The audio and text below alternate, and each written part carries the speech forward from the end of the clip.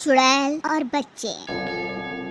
कुंदन अपनी पत्नी पारू और 2 बच्चों मुन्ना और रिया के साथ रहता है। चारों का परिवार अच्छा खासा खुशहाल चल रहा था, लेकिन एक दिन उसकी पत्नी पारू सीढ़ियों से फिसलकर गिर गई और अस्पताल पहुंचने से पहले ही उसे दम तोड़ लिया। कुंदन की जिंदगी तो जैसे वीरान हो, बच्चे भी बहुत दुखी रहने लगे। इसी तरह देखते देखते 1 साल बीत गया। एक दिन कुंदन का मित्र उनसे मिलने आया। अरे कुंदन, तुम इन बच्चों के लिए दूसरी शादी कर लो, कम से कम बच्चों की ठीक से परवरिश तो हो जाएगी। मित्र के बार बार समझाने पर कुंदन तैयार हो जाता है। नई माँ रूपा शुरू में बच्चों और कुंदन का बहुत ख्याल रखती है, पर 6-7 महीने बाद ही वो कुंदन के जाने के बाद आराम से सो जाती। और जब मुन्ना और रिया स्कूल से आते तो ए रिया, जल्दी से पूरे घर की सफाई कर और बर्तन धो दे, तभी खाना मिलेगा। और मुन्ना, जाकर छत की धुलाई कर। वो बच्चों से ही घर का सारा काम करवाती है। उन्हें खाना भी ठीक से नहीं देती। खुद के लिए और कुंदन के लिए वो बढ़िया बढ़िया पकवान बनाती। जब रात को कुंदन काम से वापस आता तो अरे बच्चों ने खाना खा लिया? उनको तो मैंने कब का खिला पिला कर सोने भेज दिया है। कितना ख्याल रखती है ये बच्चों का।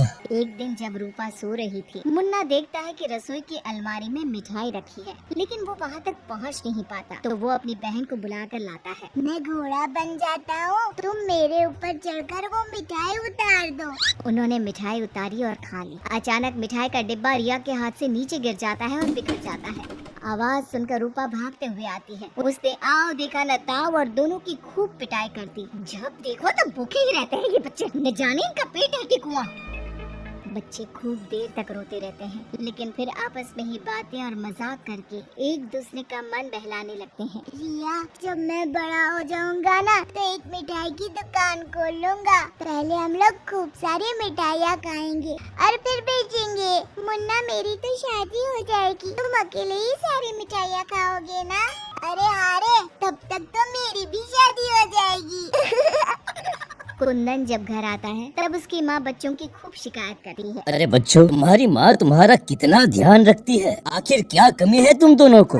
पिताजी, उनकी बात पूरी भी नहीं हो पाती कि हाँ कह दो कि मैं तुम्हें खाना नहीं देती, सारे दिन घर के काम करवाती हूँ, कह दो ना। मुन्ना चुपचाप खड़ा रहता है। तो हम दोनों को पिताजी से बात भी नहीं करने देती। नहीं माँ। मुन्ना और रिया बहुत दुखी होते हैं। रात को इन बच्चों ने नाक में दम कर दिया है, तुम इन्हें लेकर जाओ और कहीं जंगल में छोड़ कर आओ। अरे ये क्या कर रही हो तुम? ये दोनों मेरे जिगर के टुकड़े हैं, इनके बिना मैं कैसे रहूँगा? कुंदन को बार बार समझाने पर भी जब वो नहीं मानता तब उसे एक उपाय सोचता है। कुछ दिनों तक वो बच्चों के साथ खूब अच्छे व्यवहार का नाटक करती है। बच्चे खूब खुश रहते हैं। एक दिन सुनो, जल्दी से नाश्ता लगाओ, मुझे 2 दिन के लिए शहर जाना है। रूपा बहुत खुश होती है। वो सोचती है कि ये तो बच्चों को जंगल में छोड़कर आने से रहा, मैं ही इन्हें छोड़ आती हूँ। कुंदन के जाने के बाद बच्चे चलो आज हम तुम्हारी नानी के घर चलते हैं। बहुत देर तक चलते चलते जब वो सब घने जंगल में पहुँच जाते हैं तब माँ, इधर का नानी का घर है, लगता है हम रास्ता भूल गए हैं।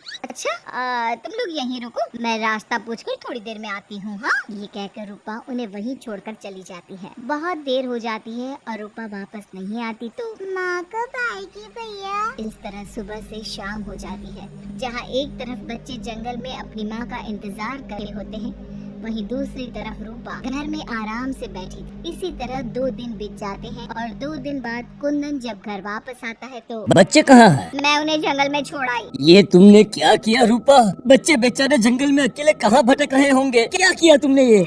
देखो, अगर तुम्हें अपने बच्चों की इतनी ही चिंता है ना तो जाओ तुम और उन्हें ढूंढते रहो। कुंदन बच्चों को ढूंढने की बहुत कोशिश करता है, पर बच्चों का कुछ भी पता नहीं चलता। कुंदन बहुत दुखी होता है। अब वो हर रोज काम पर जाने के बहाने जंगल में बच्चों को ढूंढता हुआ भटकता रहता है। रूपा के जाने के बाद बच्चे रोते रोते आगे बढ़ने लगते हैं। माँ बड़ी चालाकी से हमें जंगल में छोड़ कर चली गई। अब हमें रहने के लिए कोई ठिकाना ढूंढना ही होगा। अब तो अंधेरा भी गिर रहा है।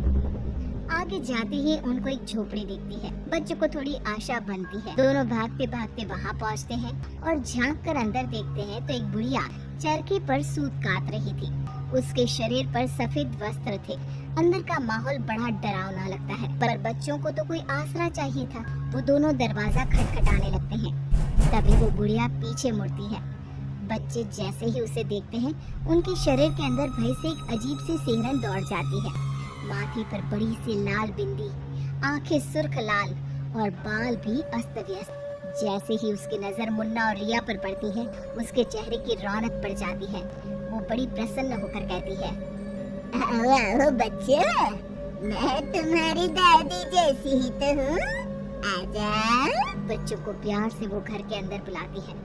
बच्चों के लिए खूब सारी मिठाइयाँ, फल और बिस्किट ले आती है। बच्चे तो पहले से ही भूखे थे, वे खाना देखकर उस पर टूट पड़ते हैं।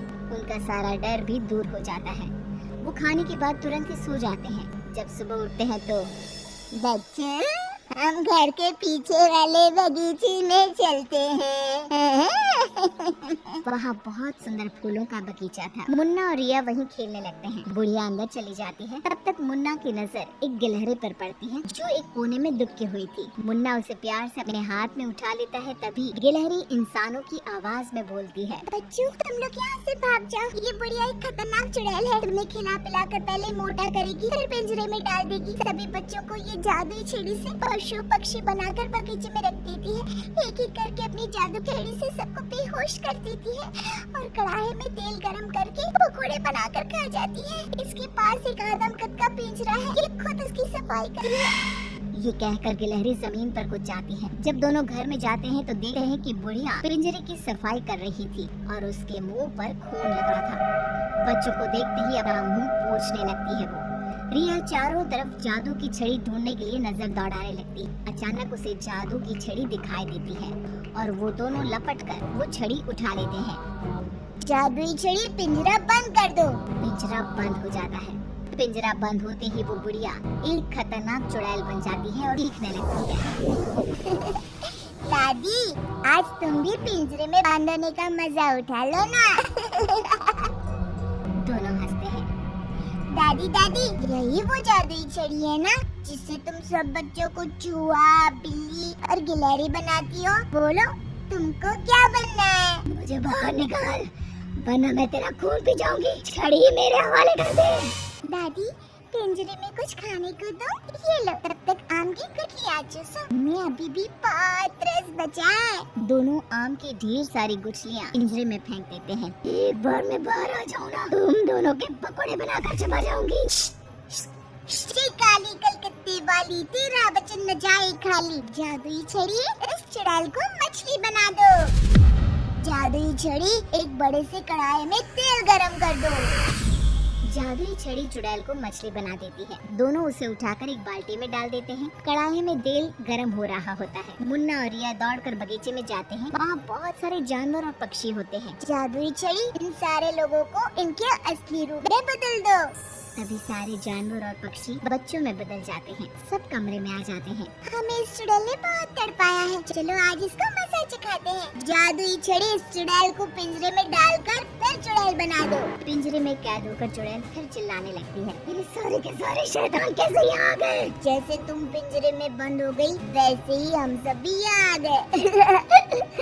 सभी बच्चों ने पिंजरे में ठंडा ठंडा पानी फेंकना शुरू कर दिया। चुड़ैल, पहले तुम नहा लो, फिर हम तुम्हें मछली बनाकर पकौड़े बनाकर खा जाएंगे। सभी बच्चे ताली बजाकर खूब हंसते हैं।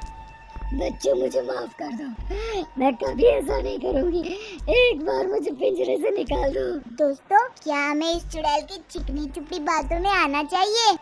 नहीं, बिल्कुल नहीं, नहीं, बिल्कुल नहीं। मुन्ना जोर से छड़ी फटकारता है।